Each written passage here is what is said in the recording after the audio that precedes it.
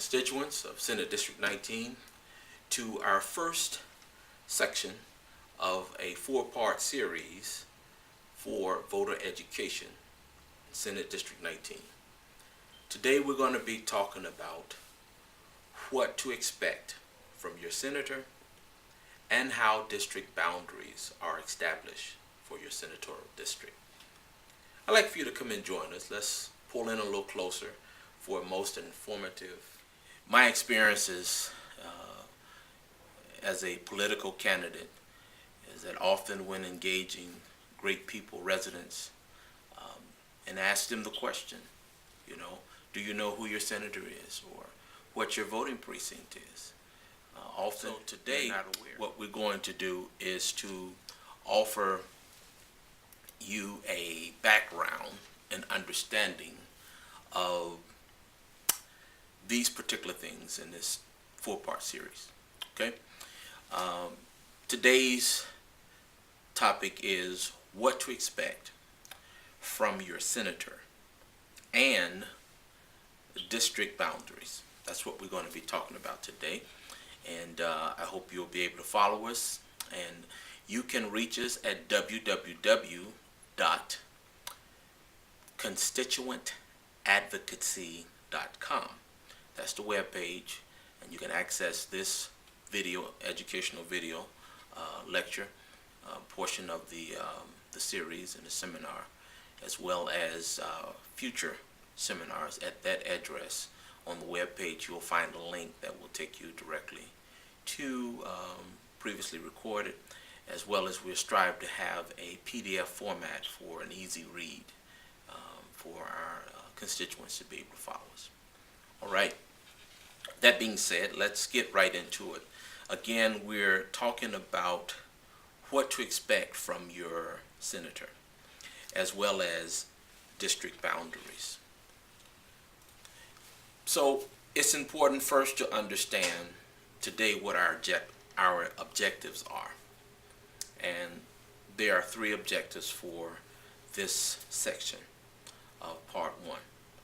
One, upon the completion of this section, observers will be more informed about the demographic and geographic components of Tennessee Senate District 19. They will learn legal basis for the position of senator and receive an explanation of the duties for the elected senator for Tennessee Senate District 19.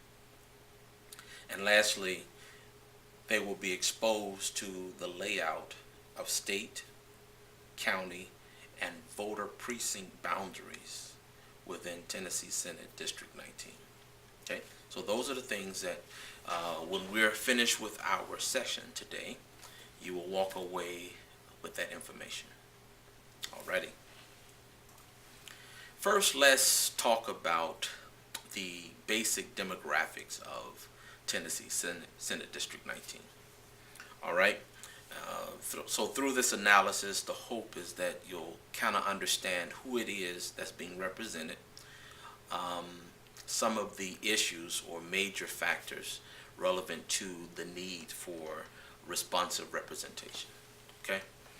So let's start off by establishing the fact that the statistical atlas.com is the source by which we got this data, and it's a combination of census data as well as state data for various senatorial districts, and you can find this on TennesseeState.gov. There's a link to this particular page where it breaks down each senatorial district as well as House district within the state of Tennessee. Okay.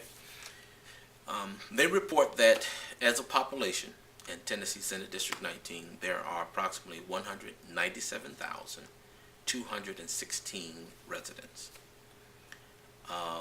Households, there are 74,901 reported.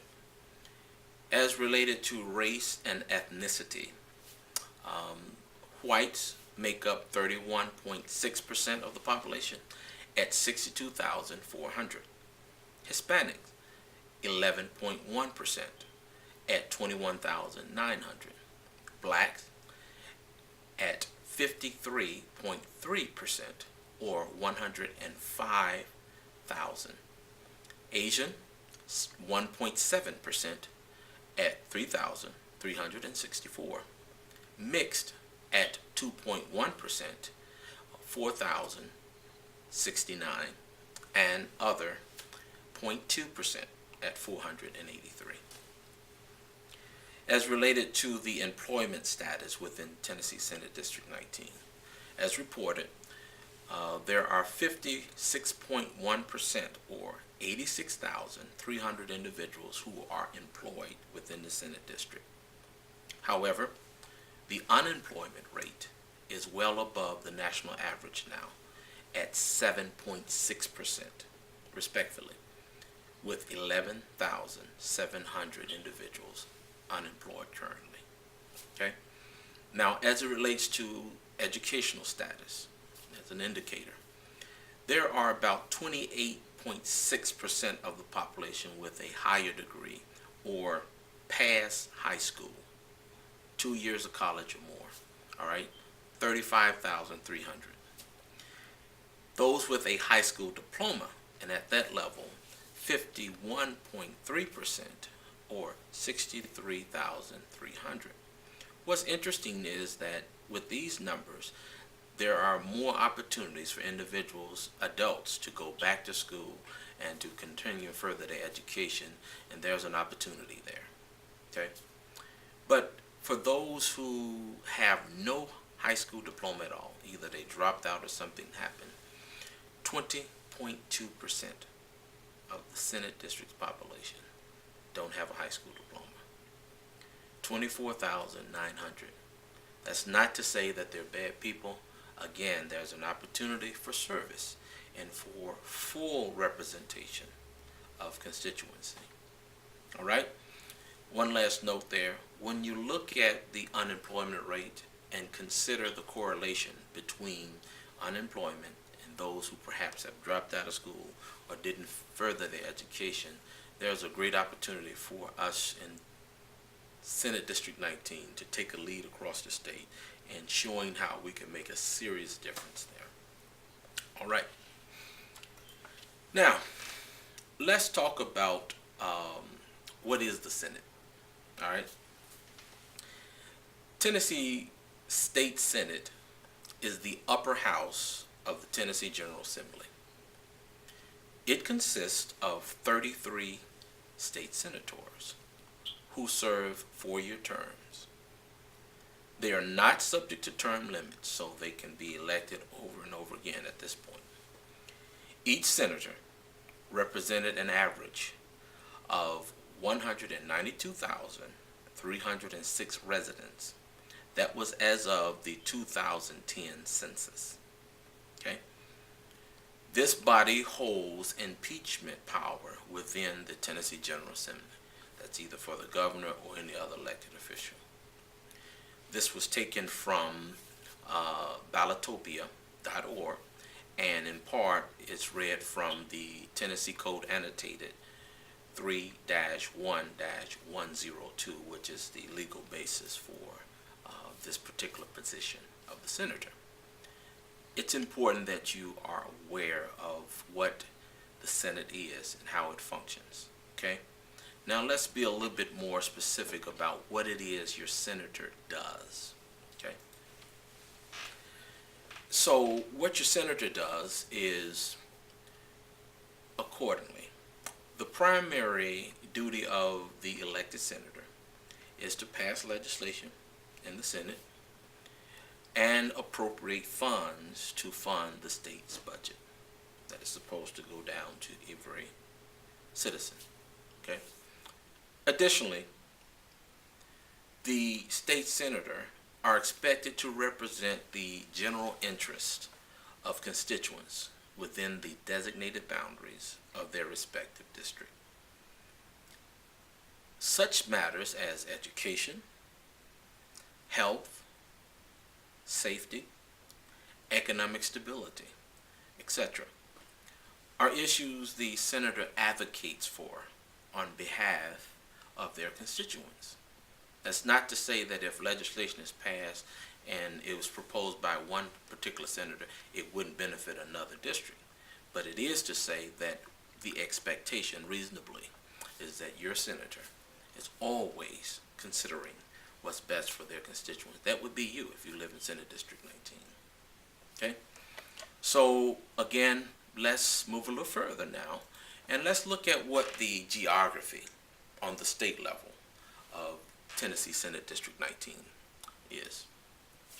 All right? Geographically, the Tennessee Senate District 19 sits within the middle of metropolitan Nashville, Davidson County. And it is surrounded by Senate Districts 20 and 21. It's in fact capsulated within it. It stretches from parts of Jolton, Tennessee, in the northeast portion of the Davidson County, all the way down to Antioch, Tennessee, and the southernmost tip closest to Rutherford County. So it has a rather wide stretch, as well as it does have a decent width as well, but it's still within Davidson County. Okay, so it's a pretty large landmass, you might say, relatively, comparatively speaking, and it's most of the urban core of Davidson County. So let's talk now about the geography of Tennessee Senate District 19's county boundaries. More specifically, you'll find that the Senate District is comprised of 21 of Davidson County's 35 council districts, and the fault lines for each voting precinct lies within each council district. That's important to know. So if you know where your council district is, you have some sense of who your senator is, and you'll have an idea of where to find your local voting precinct, and if you vote in that precinct. One of the key issues in past elections is people have went to the wrong voting precinct, place where they were registered or assigned to vote, and they were not able to vote. Well, they saw that as a disenfranchisement, understandably. But education, again, is key, and knowledge is power, which is why we're again sharing this information with you. So, recount here. On the county level, there are 21 county council districts that make up Senate District 19. We're going to talk a little bit more specifically about that in just a minute. All right, but it's important to know that based on your council district is where you're able to find your voting precincts. Okay? So now let's talk about the geography of Tennessee Senate District zip codes. Okay, which zip codes are in play. Within the Senate District, there are about 23 zip codes. And these zip codes help to identify the fault lines for your council districts, as I previously mentioned. Respective zip codes within Senate District 19, and some of them may overlap, so it may be shared with another Senate district, particularly 20 or 21. However, some residents or voters basically are found within zip codes 37013, 37015, 37072, 37115, 37189, 37201, 37203, 37204, 37206, 207, 208, 209, 37210, 37211, 37212, 37213, 37216, 217, 218, 219, 228, or parts of 37243. Now, if you live within those zip codes, there's a chance that you may be voting within Senate District 19, therefore your senator would be there. And of course, you will find when the time comes, individuals who are on the ballot appropriately running to represent there. So it's important to know that and to be aware of this information. Now, having said that, even though the zip code may be shared with various council districts or perhaps even voting precincts, it's important to be a bit more specific about where you actually vote and who represents you on the council level, as well as the state representative, and in this case we're talking about the state senate. So let's talk about that a little bit more in detail here. And that brings us to voting precinct boundaries. Okay. You'll notice on the schematic here that the Senate district is composed of 47 voting precincts. That's Senate District 19. There are 47 voting precincts involved. The fault lines for each voting precinct are based on the number of eligible voters living within assigned neighborhoods of council districts. They're determined by the County Planning Commission. Now, it's important to realize that people are not sure if they're registered to vote or not. Of course, you can go to the Davis County Election Commission. There's a link to help you determine that. And the Tennessee Election Commission as well. But it's important to know that based on where you live within a certain neighborhood, the Planning Commission has placed you within a particular voting precinct. But more importantly, it's possible that if you have not voted within 2 years consecutive, or I shouldn't say 2 years, but rather 2 voting cycles, elections consecutively, it's possible that the Election Commission have done what they call purge you from the rolls, which means that you were registered at some point in time, but because of inactive voting, you were taken or purged from the rolls. Well, what do? You simply go back and fill out another voter registration card. It's my understanding that now it can be done online, and that's something we'll find out for you and get that information about how to do that if that's actually possible, but that's what I'm understanding now. There's another option. But the old-fashioned way is to fill out another voting card, registration card, and get that to your local election commission, and then make sure you can go look on the link with the Davidson County Election Commission or the Tennessee Election Commission, and to determine if you are currently registered to vote or not. Certainly if you voted in the last election, particularly 16 or 15, chances are you don't have any problems. But let's be more specific about which voting precincts there are. If you are part of these voting precincts, and you may have heard this or you may not have, but now we're certainly sharing it with you, this helps identify where you actually vote. For Council District 1 is 1-3 and 1-5.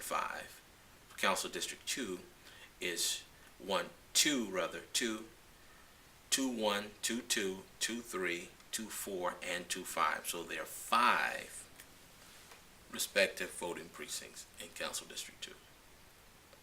Council District 3, there are 4. 3-3, 3-4, 3-5, and 3-6. In Council District 5, there are 5 voting precincts. 5-1, 5-2, 5-3, and 5-5. In Council District 6, there are 3. 6-1, 6-3, and 6-5. In Council District 7, there's 1. 7-3. Council District 8, 3. 8-1, 8-2, 8-4. In Council District 10, there's 1, and that's 10-5. In Council District 13, there's 1, that's 13-2. Council District 15, 15-5, excuse me. Council District 16, there are 2, 16-1 and 16-2. Council District 17, there are 4. They are 17-1, 17-2, 17-3, and 17-6. In Council District 19, there are 5. 19-1, 19-2, 19-3, 19-4, and 19-5. In Council District 20, there's 1. 21. In Council District 21, there are 3. 21-1, 21-2, and 21-3. In Council District 24, there's 1, 24-4. In Council District 26, there's 1, 26-1. Council District 28, there are 3. And that's Council District 28 says it is 28-1, 28-2, and 28-3. In Council District 29, there are 3. 29-1, 29-2, and 29-3. In Council District 30, there are 2. There's 1, I'm sorry. That's 32. And lastly, in Council District 32, there are 2. That's 32-1 and 32-2. Somebody may ask the question, well, how do they determine of the possible voting precincts within a given council district, which one I go to? And it's basically based again on those fault lines. It's important to realize that the legislature in 2010, the Republican Party took over and controlled the House and the Senate. And they were in a position by dominant vote to determine what the fault lines were for the political districts on the state level, on the local county level, city level, and the county level. Okay, and in doing so, that directed the Planning Commission as to how they were to reshape their districts for their school boards, as for their county elections and things of that nature. And more importantly, what voters were assigned to which voting precincts. So that's how those fault lines are determined. This process is known as gerrymandering. And there have been some court cases, I understand, to contest some of it. Prior to the Republicans being in control in the last, since 2010, 7 to 8 years, the Democratic Party in Davidson County were in control for 60 years or better. And but that's when the change came. So you may have been in a different Senate district prior to 2010 or 2011 when these were approved, and since then you're now in a different one. But that's how that came about in that process. Okay. So that concludes this first section of voter education series, dealing with what a senator is and the boundaries. I hope you found this past section most informative. Stay tuned for part 2. How do tax dollars flow down to constituents? We look forward to you staying with us and learning more through this educational process. This has been your organizer for the Constituent Advocacy Campaign, Ruben Dockery, 2017-2018. It's important that as we prepare to go to the ballot box in the next election for determining who our next senator will be, that you are informed and you are empowered to ensure that you get the maximum out of Senate representation in Tennessee Senate District 19. Again, thank you, and we look forward to you joining us for our next section.